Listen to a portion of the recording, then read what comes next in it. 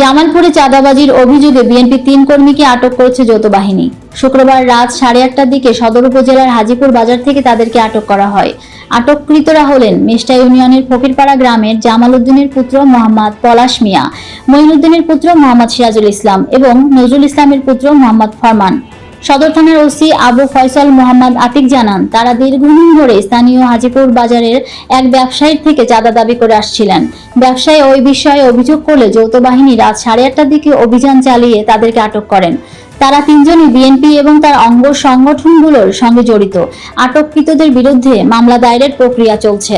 মেষ্টা union BNP সভাপতি আব্দুস সামাদ সানা সাংবাদিকদের জানান, আটকদের মধ্যে পলাশ মিয়া ইউনিয়ন শ্রমিক দলের সদস্য এবং মোহাম্মদ ফরমান ও মোহাম্মদ সিরাজুল ইসলাম বিএনপির কর্মী।